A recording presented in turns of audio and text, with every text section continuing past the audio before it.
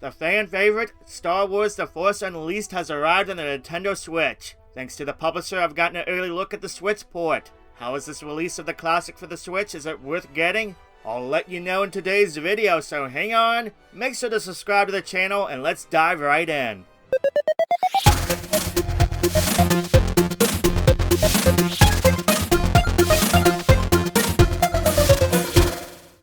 So first things first, let's dive into what to expect from this version, and I'll do that because I feel like for most people watching, this is going to answer the majority of their questions. This version of the game on the Switch is a port of the Nintendo Wii version. For those that may or may not know, when The Force Unleashed came out, there were different versions. Xbox 360 and PS3 had their own version, PS2 and Wii had a different one, and even the DS had its own. The game itself on the Switch is running at a HD resolution, textures have not been modified, there's no differences there, so essentially this is port of a Wii game just running at a higher resolution. That aside, there's just a couple changes. The first being that it does seem to be running at a higher frame rate compared to the original release, which makes the game look a little bit prettier, especially with all the action going on. The other difference is the controls, which have been adopted to use a standard controller or motion controls with the Joy-Cons.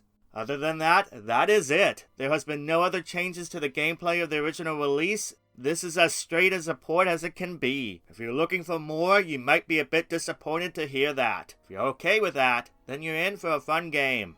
I mean, The Force Unleashed for the Wii was a pretty fun game, and it's still fun today. Star Killer, the main character, is fun to control with all his powers. You'll be using a lightsaber, the Force, and even zapping enemies. You'll get more powers as you progress, and be able to upgrade these powers as you defeat enemies. This game just taps into a Star Wars fan's dream of being a part of the universe with all the awesome fights going on. Motion controls are okay, they were responsive, and don't require any extreme movements to pull off any of their moves. Though if you're like me, you're probably just going to use a standard controller. It took me a little bit to map my brain around the controls, and it's mainly because I'm not that great with games with heavy motion controls to begin with. For me, it just felt more natural just to use a standard controller.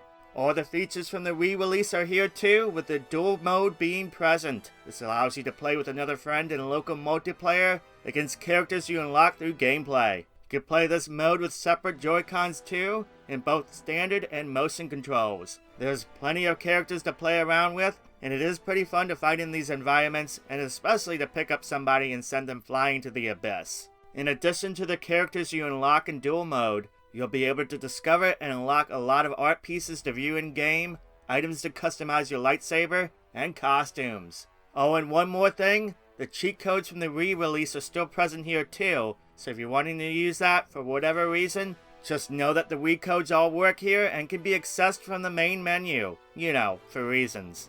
If you like the original game, or have been curious about how the Wii game was, I think you'll have fun here. Though I wish they had done more with this release, they have largely retained the original version, which to be fair, the publisher for this has pretty much done that in all of its classic Star Wars releases. So it's been par for the course. For a retro enthusiast as I am, I can respect that. If you're okay with that, then you're gonna have a blast here. It's an easy recommend then to get this release at $20. If the lack of new features bothers you, then it's understandable why you would pass at this release. Finally, I just want to say that this is a pretty easy game to get into. I found that the checkpoints to be fairly placed, and if your character does get knocked out, then you'll easily be back in without too much lost progress. This is great because with so many powers and chaos going on, your first time through you might feel a little bit fumbly, but once you get used to the powers, you'll be improving in no time. The only problems I have personally with the game stem from the original release. At times the camera can be a little bit too jumpy, or the quick camera cuts can be a bit much. That and sometimes the character's animation can be a little bit janky, but other than that it doesn't detract that much from the fun, and it didn't hold me back from playing. Anyway, that's my thoughts on the Nintendo Switch version of The Force Unleashed. It was fun revisiting this classic from the Wii era. Let me know what your thoughts are down below. If you're going to pick up this release or not, share that in the comments. If you liked the video, make sure to give it a thumbs up. And if you're not yet a subscriber, then make sure to click on that subscribe and bell button so you never miss a single video. Also, for those that are curious, I have a reviews playlist of other video game reviews on this channel if you want to check that out. With that said, I want to thank you for watching, thank you for subscribing, have a wonderful day, and I'll catch you next time.